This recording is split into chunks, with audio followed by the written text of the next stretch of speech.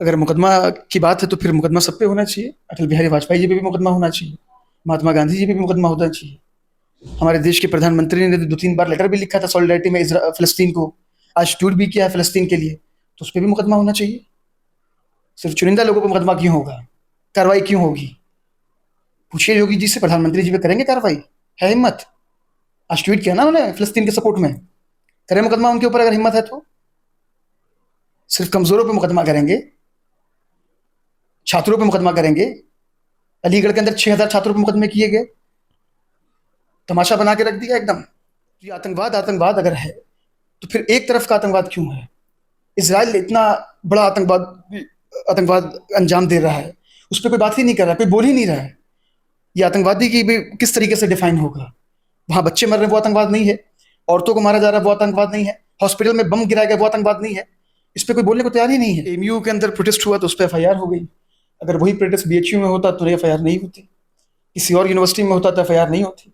Israel के support में लोगों ने रैलियां निकाली, जश्न मनाया पूरे हिंदुस्तान के अंदर, उस पर कोई कार्रवाई नहीं हुई। स्वागत है आपका जर्नो मिरर में। मैं मोहम्मद अली। आज हमारे साथ मौजूद हैं अलीगढ़ मुस्लिम यूनिवर्सिटी के पूर्व सचिव हुजैफा आमिर रसादी। तो आइए इनसे बात करते हैं फिलिस्तीन के मुद्दे पर क्या है पूरा मामला। हुजैफा भाई, इसराइल ने फिलिस्तीन पर हमला किया है, किस तरीके से देखते हैं इसको? अब देखिए कि पिछले एक हफ्तों से जिस तरीके से Israel back to back attack कर रहा है फिलिस्तीन के ऊपर, पिछले 6 दिनों में 6,000 बम बरसाए।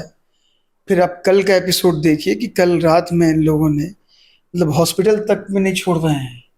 वहां जहाँ बच्चे थे, वाइट फॉस्फोरस बम मारा हॉस्पिटल के ऊपर। इसमें तकरीबन 500 कैजुअलिटीज हुई।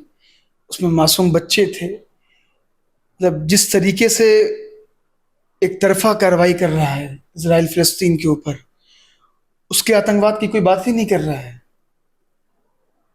एक रिटेलिएशन जो दिया था फिलिस्तीन ने, उस पर लेकर के पूरी दुनिया के अंदर आप देखिए किस तरीके से उस पर बवाल मचा हुआ था। आतंकवाद की बात हो रही थी। तो ये आतंकवाद आतंकवाद अगर है तो फिर एक तरफ का आतंकवाद क्यों है? इसराइल इतना बड़ा आतंकवाद आतंकवाद अंजाम दे रहा है, उस पर कोई बात ही नहीं कर रहा, कोई बोल ही नहीं रहा है। ये आतंकवादी की भी किस तरीके से डिफाइन होगा? वहां बच्चे मर रहे हैं वो आतंकवाद नहीं है? औरतों को मारा जा रहा है वो आतंकवाद नहीं है? हॉस्पिटल में बम गिराया गया वो आतंकवाद नहीं है? इस पे कोई बोलने को तैयार ही नहीं है। जो बाइडेन अमेरिका के राष्ट्रपति इसराइल के पीएम से मिलने जाते हैं, लेकिन हम फिलिस्तीन में जो हमला होता है उस पर कुछ नहीं बोलते हैं। वही पूरी दुनिया को देखना चाहिए। आप देखिए कि पूरी दुनिया देख रही है जिस तरीके से वहां पर वो हो रहा है। वो इसराइल से मिलने के लिए चले गए और उनसे मिलने नहीं जा रहे हैं। ये वही काम हो रहा है कि हिटलर ने जो काम किया था यहूदियों के साथ, आज वही काम इसराइल कर रहा है फिलिस्तीन के साथ। और मुझे नहीं पता इसकी वो क्या है, मगर किसी ने बताया कि चला सोशल मीडिया पे भी कि हिटलर ने कहा था उस जमाने में कि मैं कुछ ज्यूस को, कुछ यहूदियों को छोड़ रहा हूं, और इसलिए छोड़ रहा हूं कि आने वाले दिनों में दुनिया देखे कि मैंने इनको क्यों मारा था। ये कोट चल रहा है ट्विटर वगैरह पे। तो इस तरह का जुल्म कर रहे हैं और दुनिया खामोश बैठी हुई है। कहाँ गया ह्यूमन राइट्स भाई? कहाँ गया यूनाइटेड नेशन? आज देखिए पिछले 20 सालों से इसराइल को ओपन एयर जेल बना करके रखा है। सारी सर्विसेज बंद कर दी हैं। वो हम लोग पढ़ रहे थे, देख रहे थे कि लोग बता रहे हैं कि जब वहां कोई पेशेंट होता था तो बॉर्डर पर ला करके इलाज कराया जाता था। अंदर कोई बड़ी मेडिकल फैसिलिटी नहीं है गाजा के अंदर, गाजा पट्टी पे। उस पर कोई बोलने वाला नहीं है। ये किस तरह का जुल्म है? अच्छा, ये जो युद्ध चल रहा है इसको लेकर पूरी दुनिया बोल रही है, सिर्फ ट्विटर पे या मीडिया में बयानबाजी हो रही है। कोई भी जमीन पर उतरकर या तो उनके बीच बचाव नहीं कर रहा है, समझौता करवाने की कोशिश नहीं कर रहा है। नहीं, बिल्कुल आपकी बात सही है कि इस पे लोगों को आगे आना होगा। जितने भी मुल्क हैं दुनिया में, उन लोगों को इसमें इंटरफेयर करना होगा, वरना हालात बहुत बुरे हो जाएंगे। आप देखिए कि ये तारीख में नोट हो रही है सारी चीज़ें कि इस तरह की ज्यादती, वन साइडेड ज्यादती हो रही है और उस पर कोई बोलने वाला नहीं है। और अगर इस पे नहीं लोग बोलेंगे तो फिर मुझे नहीं लगता कि तारीख माफ करेगी उन तमाम मुल्कों को जो लोग आज बादशाह बन करके बैठे हुए हैं। इस तरह की ज्यादती पे, इस तरह के जुल्म पे लोगों को बोलना होगा, हम इंटरफेयर करना होगा। हमास ने जब इजराइल पर हमला किया तो भारत के प्रधानमंत्री ने उसको आतंकी हमला बताया, लेकिन अब इजराइल ने जो फिलिस्तीन के गाजा के जो हॉस्पिटल पर हमला किया उसको प्रधानमंत्री ने ट्वीट तो किया है, लेकिन उसको आतंकवादी हमला नहीं बताया, नॉर्मल ट्वीट किया है। वही आप देखिए कि किस तरीके से प्रोपेगेंडा चलाया जाता है। उस अटैक को आतंकवादी अटैक कहा गया था। कल का जो एपिसोड है, जिस पे ट्वीट आया उनका, उसमें कहीं वर्ड आतंकवाद के टेररिज्म का इस्तेमाल नहीं किया गया, इजराइल का नाम भी नहीं हो सकता। नाम भी नहीं लिया गया उसमें। तो इस पे सोचने की ज़रूरत है कि इजराइल हमारा पुराना दोस्त रहा है, हिंदुस्तान का 50 साल पुराने रिलेशन है। अटल बिहारी वाजपेयी ने क्या बोला था, महात्मा गांधी ने क्या बोला, ये बात बोली कि भाई जिस तरीके से ब्रिटिशर्स का, ब्रिटिश है, यूके है, जिस तरह से फ्रांसीसियों का है, उस तरीके से फ़लस्तीन भी जो है अरबों का है, वहाँ के जो अरब हैं, इन तमाम लोगों ने इस बात को बोला। मगर आज जिस तरीके से उस पर करना चाहिए था, मुझे लगता है कि स्टैंड नहीं लिया गया। आपकी वो पार्टी का क्या मजबूरी रही स्टैंड है आप इस पर, इस पूरे मामले पर? नहीं, पार्टी का हमारे क्या स्टैंड है उस पर आपने हमारे कौमी सदर मौलाना आमिर रशादी साहब का इंटरव्यू किया था। उन्होंने खुल करके ये बात बोली। उन्होंने बताया कि आप किसी को आतंकवादी कैसे बोल सकते हो वन साइडेड। वो अपनी ज़मीन की जंग लड़ रहे हैं, वो अपनी आज़ादी की लड़ाई लड़ रहे हैं वहाँ पर, फ़लस्तीन के लोग। आप उनको आतंकवादी कैसे बोल सकते हैं? उन्होंने ये बात कही थी ना कि अगर आप उनको आतंकवादी बोलोगे तो फिर अंग्रेज हमें भी बोलेगा कि हम लोग भी आतंकवादी थे।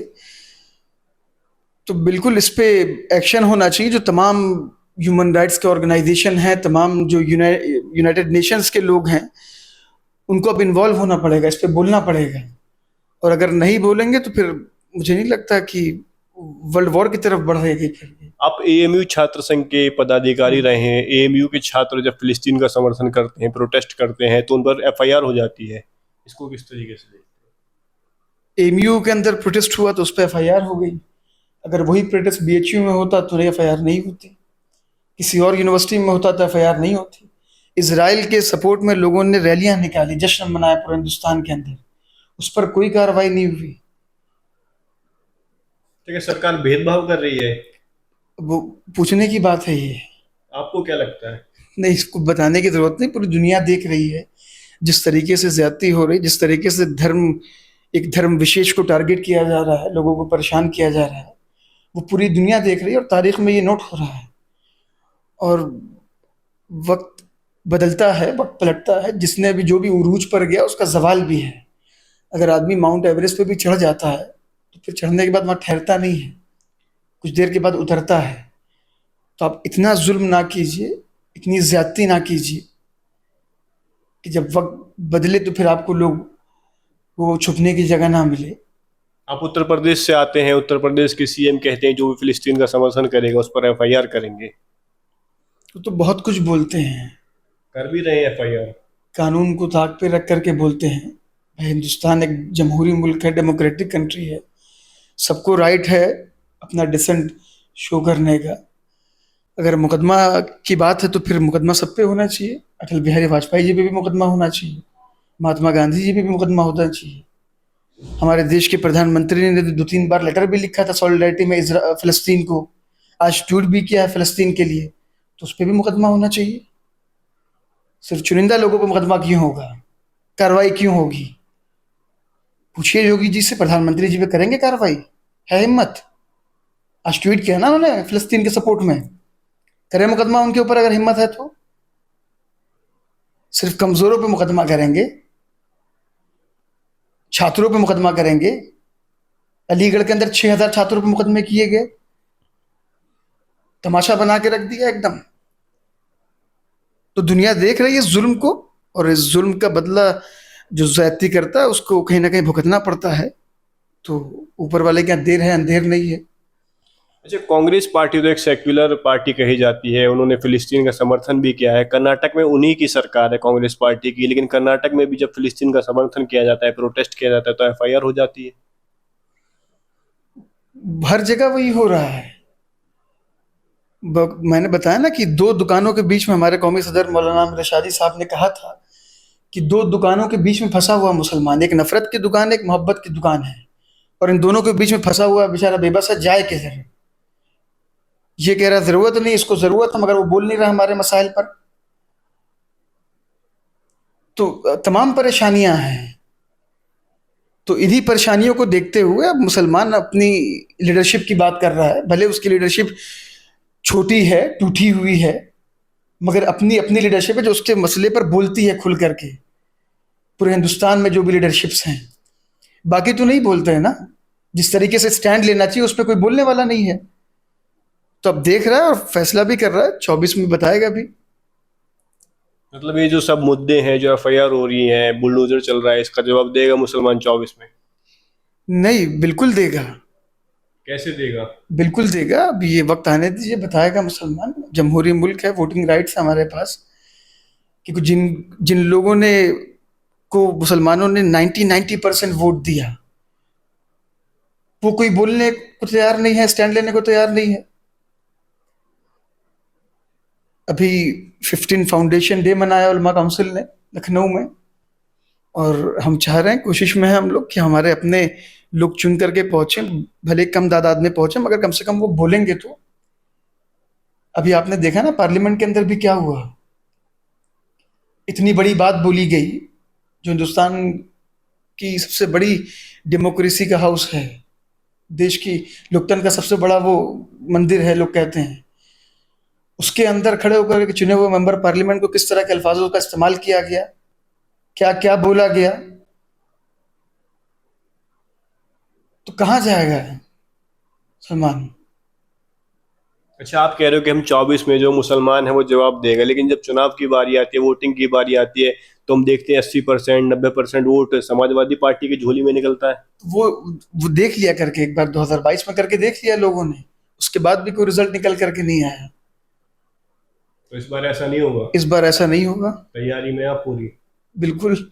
आप देखिए, अभी टाइम है इलेक्शन में और कोशिश जारी है। कुछ नया इस बार मुसलमान देगा चुनाव में। ठीक है, बहुत बहुत धन्यवाद। तो ये थे हुज़ैफा आमिर अंसारी, जिन्होंने बेबाकी के साथ हमारे तमाम सवालों का जवाब दिया।